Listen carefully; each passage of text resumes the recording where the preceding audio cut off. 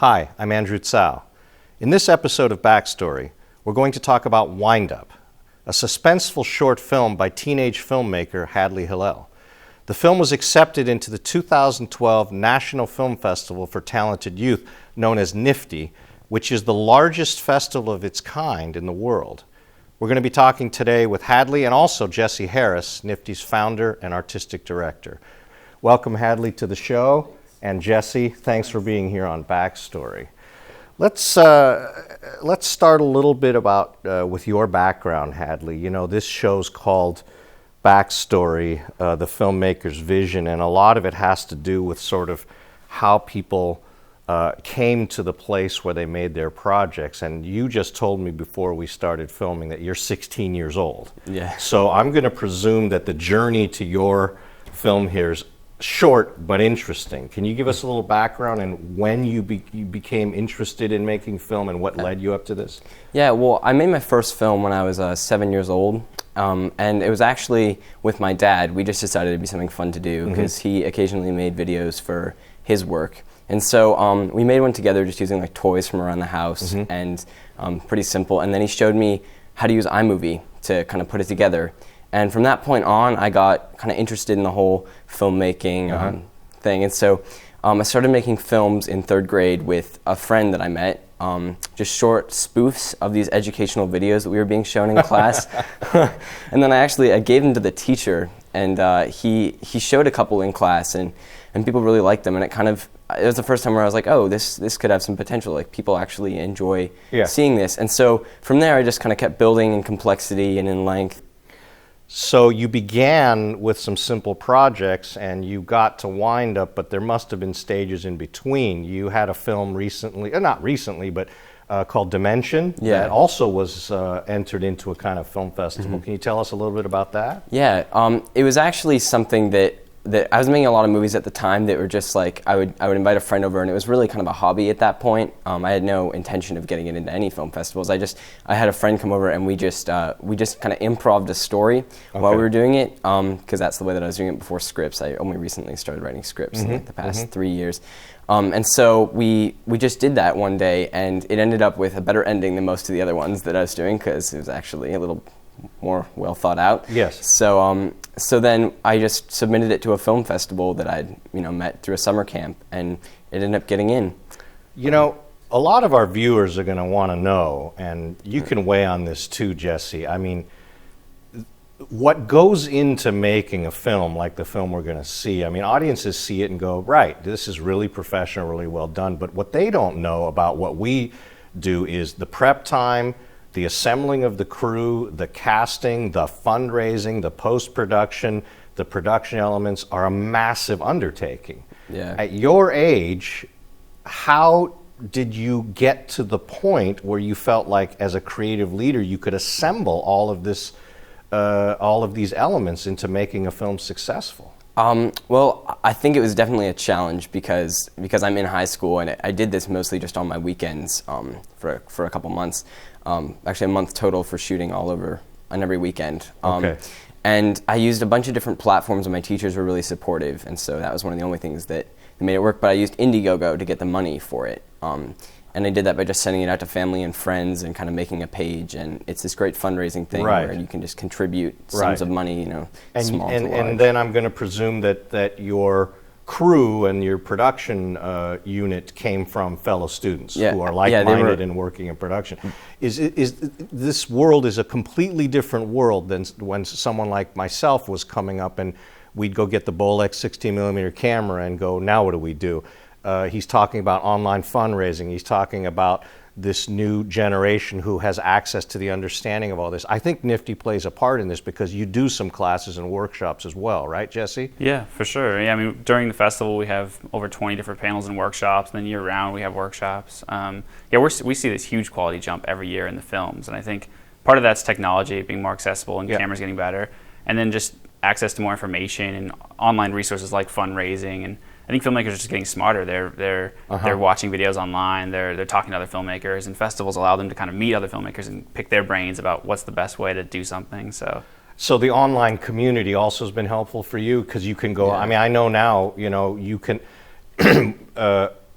when I was learning editing, you had to go to the editing room, sit down with an editor and spend that time. But I also know now if someone wants to pick up editing, the online tutorials are everywhere now, right? And so you can get access to that kind of learning really quickly at a young age. But you know, underneath this though, what I want to compliment you on and talk a little bit about before we watch the film is beyond the production element and beyond the way you put the project together, you have a keen sense of what I think is the most important thing, which is story. And not only story, but your film grammar shows a kind of sense of what the visual language of cinema is all about. Do you attribute that to a lifetime of watch? I mean, are you a film fanatic? Is there someone out there you followed and said, okay, where did you learn to handle film grammar and story and the way it works in film so well? I think part of that just came from making so many films in the past. I mean, my trial and error. Are you saying? A little bit, yeah.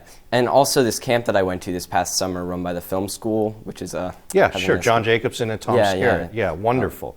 So yeah. they they really focus on story completely. Yeah, they have everyone tell a story of the hardest thing they've ever gone through in their life. Right. And that's what everyone does in the camp. And so by the end of it, you end up hearing all these amazing stories from these people around you, and it totally opens your eyes. And then from there, you focus on making your own short film in it. But they did a really good job of kind of like laying the groundwork for that narrative structure. And what about the cinematic grammar, your understanding of composition, time, space, the relationship of shot to shot? That you're saying really it comes from your own experience, but you got to give me a little glimpse in. There's got to be a filmmaker a name you're going to drop that I'm going to get a reference from, right? Who is it out there that you're like, that's me in 10 years or 20 years? I'm not sure. I think it's so many different filmmakers. Yeah? I know you're looking for a name, but I think I'm influenced from so many different people in those like little things. I mean, the Spielbergian touches, that's such kind of a mainstream. Like everyone knows him, but I mean, there's a reason that he's that famous. It's just his little subtle things that he puts into his movies that I kind of really really he's a master storyteller. He really is. And he understands how that works with film grammar. I was, sometimes I ask this question to young people and I get the oddest responses. I mean, it depends on who. Somebody will say, well, I discovered a Latvian independent filmmaker that is my iconic hero or everything. But there's obviously you've grown up in a digital age where not only do you have access to the learning, but the material's right there at your fingertips with Netflix and everything else. Right. So you've seen a lot of this stuff online, right? Yeah, it's really a combination of a lot of different films that I've seen and some experiences from making the other ones that Great. Kind of built to that. Great. Now we're going to watch a clip from Wind Up.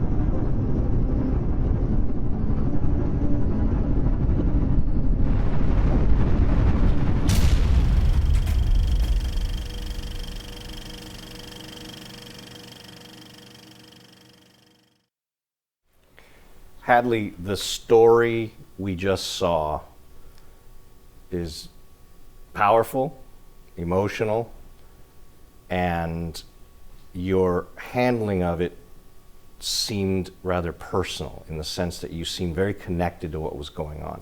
Can you tell us a little bit about the idea behind it? And you mentioned earlier you had begun writing now versus sort of putting it together as it went, and how this story came to be.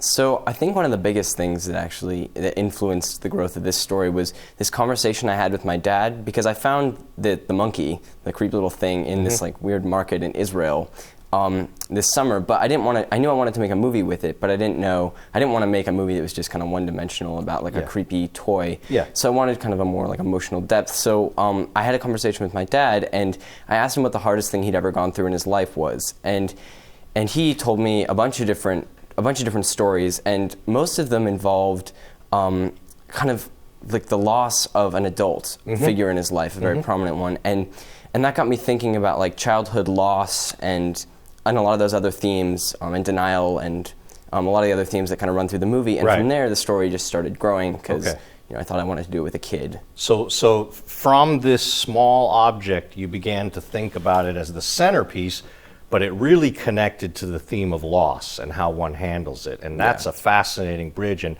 what you're saying is that some of your own education and storytelling informed that by asking the questions. Well, first of all, being able to engage with your father in the conversation. What were these important moments for you sort of brought this about. The style of the film, I mean, it clearly has a tone, a feel, a color, a palette you're working in. Can you talk to us a little bit about how you decided that this would be the visual world you needed to tell the story in? Well, I wanted to make everything still. I didn't want to have a lot of handheld cameras. So I knew that it was going to be a lot of static shots because I wanted the actors to be, showing the emotions. I didn't want it to be the camera that was shaking all around, and so people couldn't focus on the actors. So I knew that much. I knew that was going to happen. But beyond that, it kind of built itself just with the sets and the locations and things that I ended up with. And the weather. Yeah, I wanted which was perfect. Yeah. I mean, you needed that sort of overcast northwest feel to give the right tone to the picture. See, I mean, Seattle's great for that. Yeah, for that we don't have feeling, a problem with getting those shooting days in, right? Exactly. Yeah. And what about your work with the actors? I mean, at 16 to be directing actors on a very emotional piece like that, and not only just actors but child actors. Tell me a little bit about that adventure. I think that was actually the hardest part for me, not the children actors, just everyone. Yeah.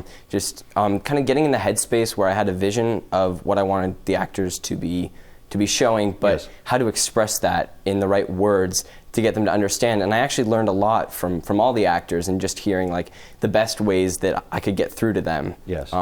So I think that was really one of the best things that I learned from the whole experience. Fantastic. And that'll set you up as you go further on now in your next projects. Absolutely. Now this film has been accepted into NFFTY, and it is headquartered here in Seattle, but it is a national film festival, Jesse.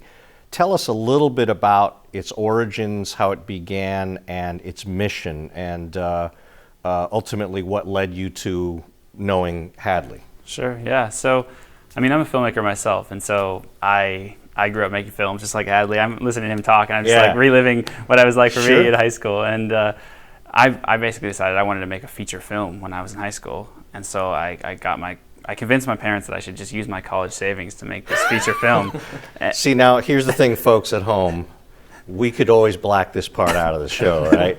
No, go on. I'm nothing against going to school or anything like that. But so I made this feature film, and it actually got a little bit of a release. But what came from that was I started getting all these emails from other filmmakers who kind of heard my story. And I basically realized, whoa, there's so many other people out there like me. Because there was no film festival for young people at the time. And once again, the connectivity of the internet in your generation has served this, national and international community.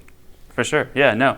And so basically I was like, hey, I should just start this festival. It'll be a fun little project, basically. And immediately it just kind of blew up. We started getting hundreds of submissions, and I've just kind of put my filmmaking career on hold and focused on doing this festival. And so that's what I've been doing the last few years. And it's amazing now. It's the largest youth film festival in the world. This year we're screening 222 films from 30 different U.S. states and 20 different countries. 20 different countries. Yeah.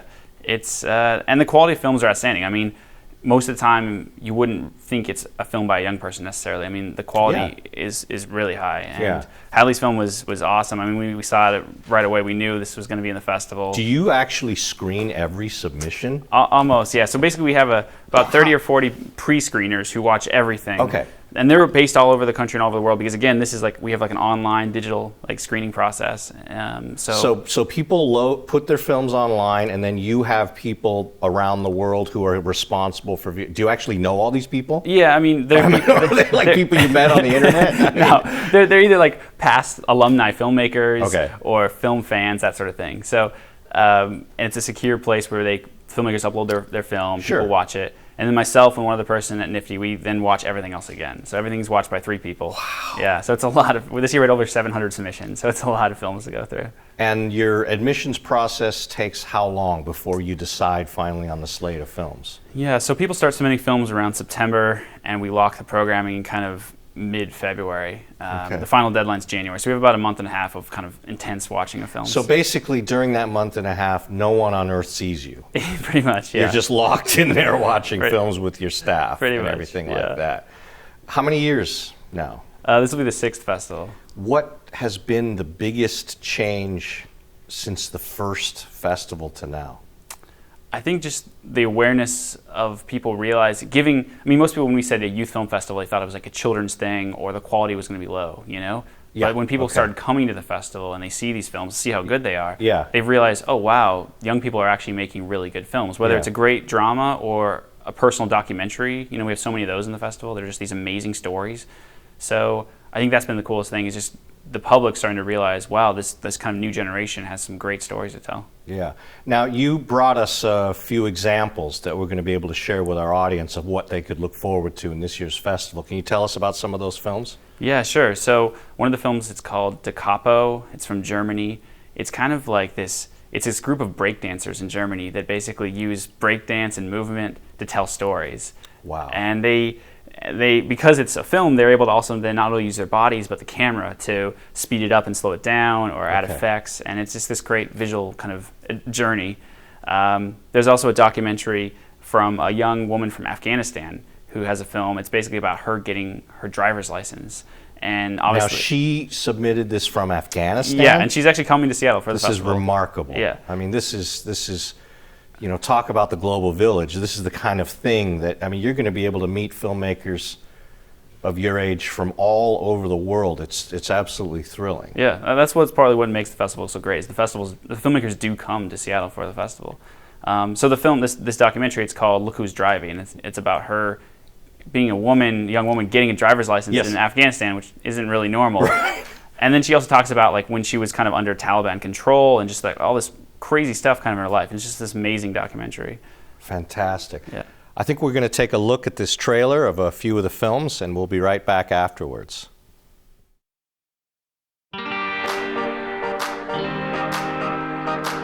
Stumbling, fight the spin, and if you don't, you're falling on your face again. You tumble down, roll around, and you know that everything is moving now. So lately I can decide, run the hide, oh, and when I do, I'm sure I'll end up moving to a suit and tie, celebrate, laugh or cry, what's I gotta do? 'Cause everything moves, everything pulses, everything lies in the eyes of you. Everything moves, everything pulses, everything lies in the eyes of you. Everything lies in the eyes of you, the eyes of you, in the eyes of you, in the eyes of you, in the eyes of you.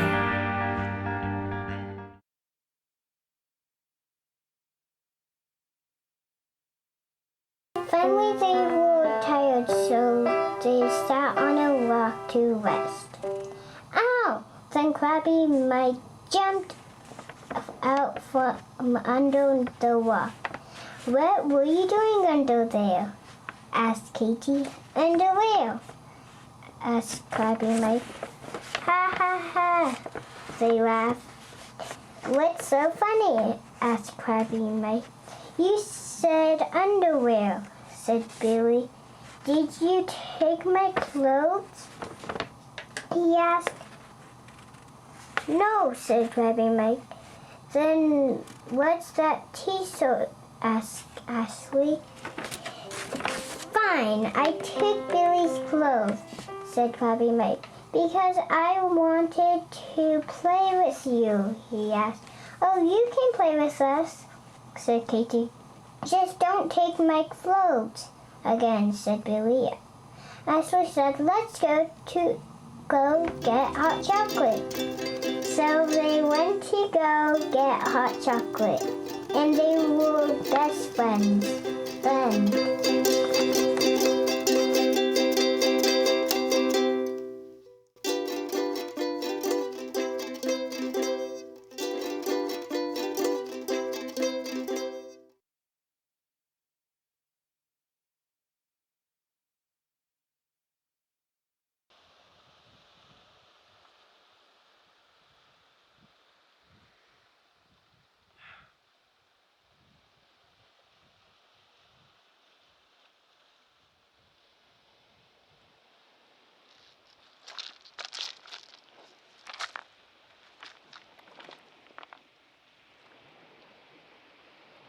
Mom? Dad?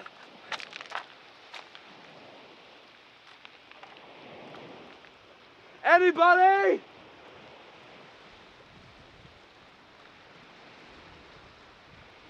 Eloise.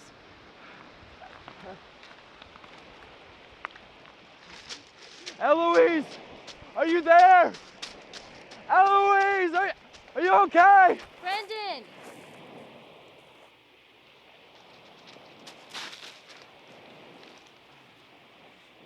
You're okay? Do you know where our parents are? Are they here? They're not here. Look!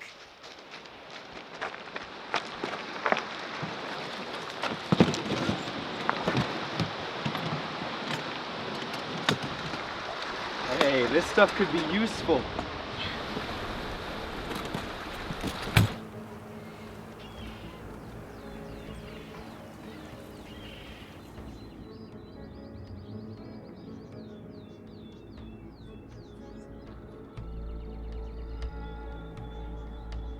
Where's here, Eloise? I don't know, one of the 625 uwvideo islands. 625.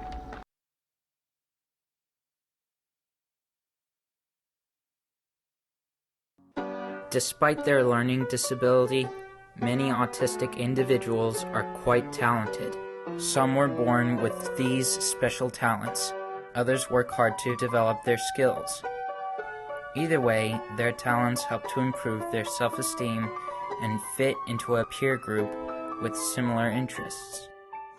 I'm good at sports like hockey or baseball. I play on Fallout 3. I am not gonna lie to you, like pretty much every day. You can customize your own character and choose, like, if you want to be a good guy, go ahead. If you want to be a bad guy, far be it from me to stop you. I mostly like hanging out with some friends. I'm very proud of Brandon and Connor. I think they worked very hard and they've accomplished an awful lot, and a lot more than some people thought they would be able to accomplish, and I think that they're doing really well, and we're very proud of them. I feel really good about them. I feel alright. Well, there are a few that I'm good at. For one thing, I am into puppetry. I even made a puppet on my own with the help of my OT therapist. I call him Ricky Rex. I designed the patterns myself and chose the colors. Each time I made him, he grew and grew. And once after I finished, I became proud of myself. Hey everybody! But the voice is harder to bring to life.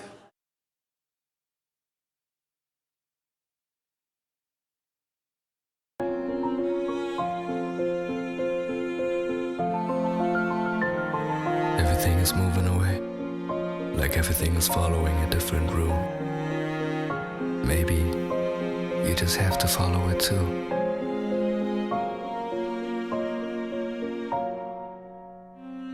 Suddenly you feel every moment, moments that seem to last forever.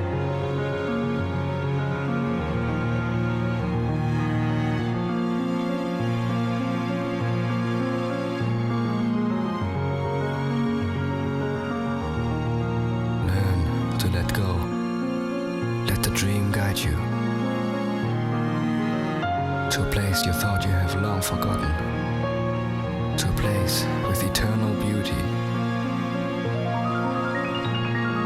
hoping to find the answers you think are waiting for you at the end of the dream.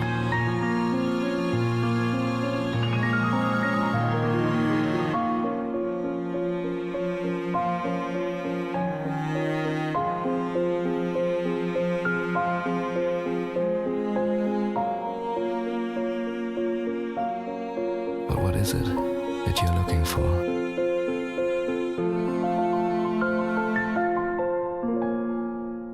Maybe the answers cannot be found in the stream itself.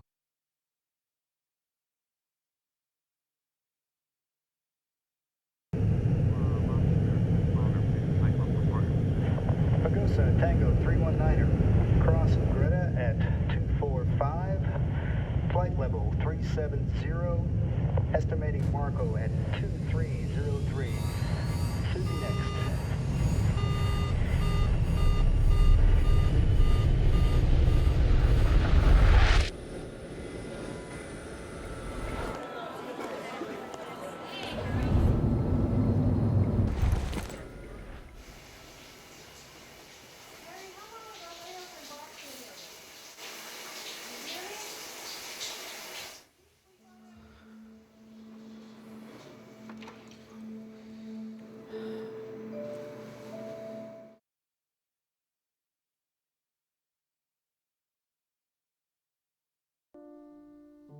So, Benjamin is still stranded, and there was only one possible thing we had left to do. Send a message. A message for help.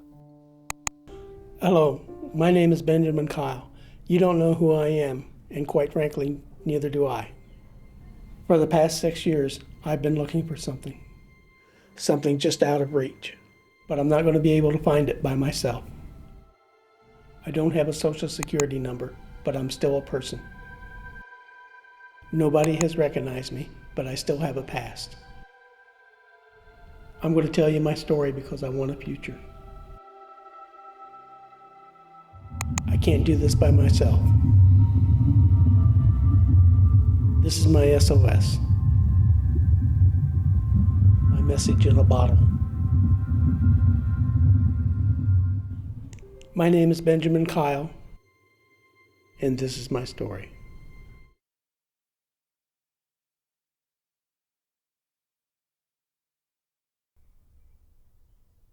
Sorry, Mr.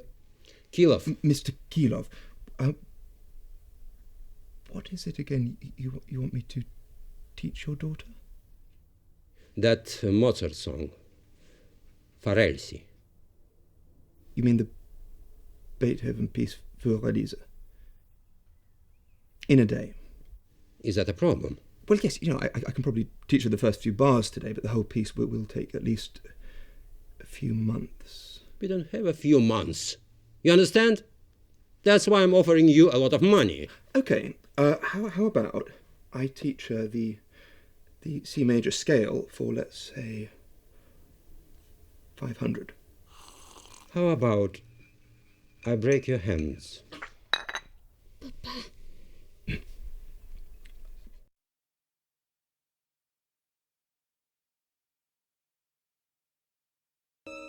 Home to me is where you can take off that jacket that you put on for the world, and you can let down your superficialities and things that you had and just be you. Home is a place I go and lay my head. Home to me is a place where you are loved and wanted and cared about. That's what home is. Home is a relaxing place where the worries of the world don't get to you. A regular day for me, well, since I graduated from high school, just me just trying to hear back from colleges, or me looking for work, trying to keep myself busy, not trying to slack off or anything. A regular day for me is 8 o'clock wake up call, downstairs by 9:15, eat my cereal, then probably do some work on the computer, go to my mom's house. I do a lot of fashion shows, and I do a lot of photo shoots, hosting at fashion shows, just stuff like that. Regular day, getting up, praying to God, asking Him to keep me, even though I'm struggling. You know, it's making me a better person. So it's just gaining the wisdom through struggling, and getting to see a part of life that you usually don't get to see when you're homeless.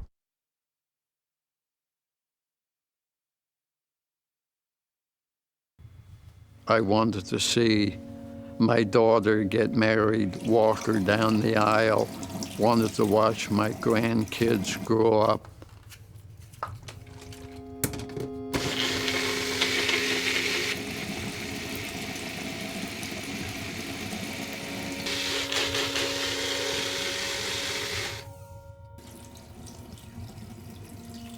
I've been around people with feeding tubes, ventilators, and whenever I see someone like that, I'm seeing a reflection of my own future.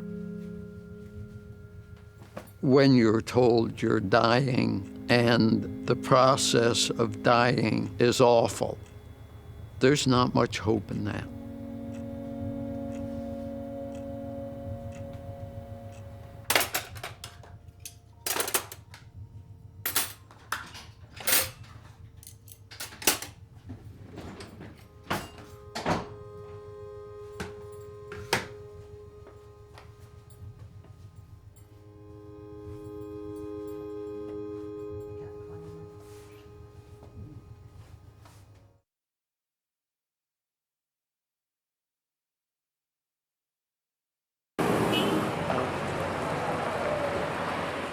For many Afghan men, girls learning to drive seems to be breaking a rule in Islam religion. But nowhere in Islam it says women can't drive. افغانستان کشور اسلامی است و ما همچنان افغان هستیم. افغان هستیم، مسلمان هستیم و فرهنگ ما را قبول نمیکنه چرا که دخترها موتروانی کنه در اول. به خاطر که مرد به خاطر کارها جور شده. زن در اسلام فقط به خاطر کار خانه است. I hope my classmates don't feel that way.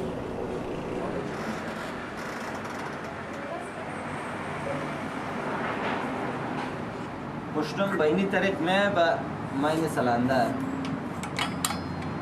که باعث دور خوردن میشه.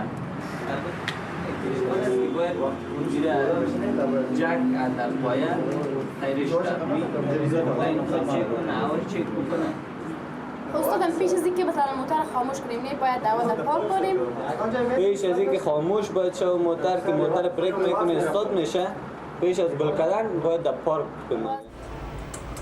من دخول برای موترهایی که 2.5 یعنی 2.5 متر بر داشته باشد کی می‌باید که بر کجا آرن من است. پیش شفاخانه در جریان شب مثلا در کوچه وقتی که پیش خانه میرسیم باید هارن نکنیم چون همسایه اذیت میشه. مثلا پیش مکتب و در جایی که خود علامه هارن است.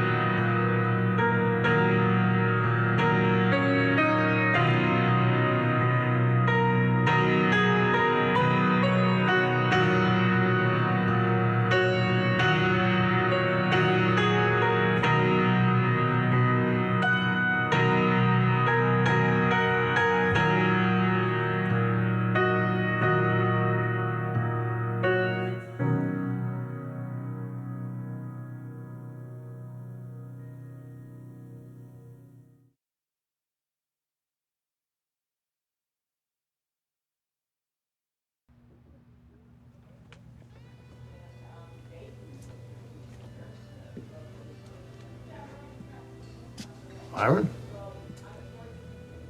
We were champions. Everyone respected us back then. Ah, those days aren't gone forever, eh?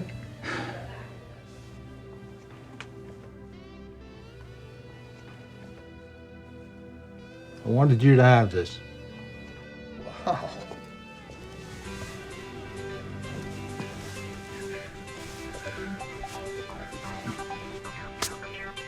Ooh. Look at that. Look at that.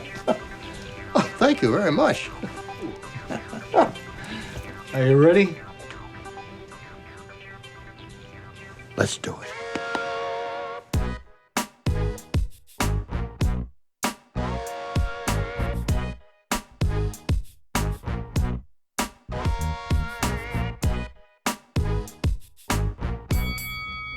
And the game will start with legendary shuffler Myron Slowhand Ferguson. So it looks like you have a remarkable slate of films for the festival this year, going into your 6th, as you said. Thanks for bringing that stuff and sharing it with us. I want to sort of close up here by talking a little bit about the future. I mean, you've explained to us where you began as a filmmaker and where you are now with Wind Up. What's ahead for you as a filmmaker? You know, I think the future is kind of unsure at the moment, but I know that whatever I end up doing, I will continue to make short films throughout high school and hopefully college, and they'll continue to be like story-oriented, because I think that's always one of the most important parts of a good film, is having a good story. So I know that'll always play a big role in it. Will you continue down this path as a writer-director, or do you see yourself working with others in that regard? I think probably my goal is as a director, just because I feel like there are people who can handle like the little intricacies in script writing and stuff, and are just more interested in it and kind of better at it than I am at this point. But I'm still open to writing more things, because at this point it's also kind of hard to find other kids who are interested in writing scripts. Yeah. But clearly, where are you in high school now? I'm in 10th grade. Yeah, and what's I'm sorry. Yeah. Seattle Academy of Arts and Sciences. It's the Seattle Academy of Arts and Sciences, so you're actually surrounded by a culture of creative people who are like-minded in this regard. So this bodes well for you as your own community going forward. But also this experience you're going to have at NFFTY is unbelievable. I mean, you're going to be meeting filmmakers from all over the world and all over America, so this is probably going to also change the way you do things in the future. You know, I want to share with you guys a prophetic comment made by the great director Francis Coppola back in, after he finished Apocalypse Now. There was a documentary made about the making of it called Heart of Darkness that was actually made by his wife, and about the journey of it. And in part of the documentary, they asked Coppola, now this is in 1980, now this is before video cameras were readily available anywhere, right? Remember, I mean, we're still back in VHS mode, right? They said, Francis, look into the future and tell us the future of cinema. What's it going to be? And he said, the future of cinema is a kid in a cornfield in Kansas with a home-bought video camera. That is going to be the transformation of what cinema is. And you know what? I know we're not in a cornfield in Kansas, but we're here with a very talented 16-year-old filmmaker from Seattle who's got a great future, and I think those were pretty wise words. So Jesse, the dates for the National Film Festival for Talented Youth.